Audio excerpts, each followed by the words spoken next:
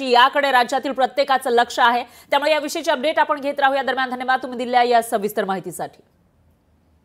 आणखी एक मोठी बातमी आहे। एकनाथ शिंदे विरोधी पक्षात आहेत का असा सवाल अंजली दमानिया यांनी केलेला आहे। अंजली दमानिया यांनी ट्विट करत शंका व्यक्त केली आहे। विरोधी पक्ष संपवण्याचा हा भाजपचा कट असल्याचं दमानिया यांनी म्हटलेलं आहे। तर अंजली दमानिया यांनी ट्विटरवरून काही शंका व्यक्त केली आहे।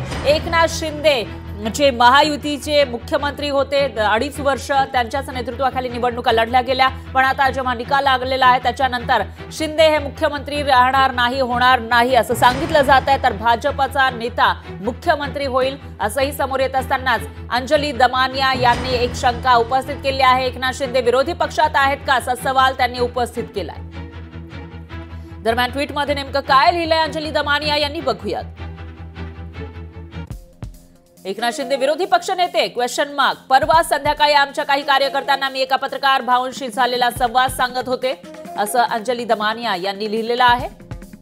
तर 4 दिवसांपूर्वी पीसी घेऊन भाजपला समर्थन देणारे शिंदे अचानक गावी गेले, मग ताप काय आला, मग घरी काय आले असं सुद्धा अंजली दमानिया यांनी या ठिकाणी लिहिलेलं आहे। दाल में कुछ काला है ते पत्रकार मला म्हणाले की भाजपचीच रणनीती असेल की यांना विरोधी पक्षात बसवावं असं अंजली दमानिया यांनी आपल्या ट्विटमध्ये लिहिलंय। त्यांना हवं नको ते सगळं पुरवलं जाईल आणि विरोधी पक्ष नेता पण ह्यांचाच, बाकी सगळे साफ तसंच होताना दिसतंय असं अंजली दमानिया यांनी म्हटलंय।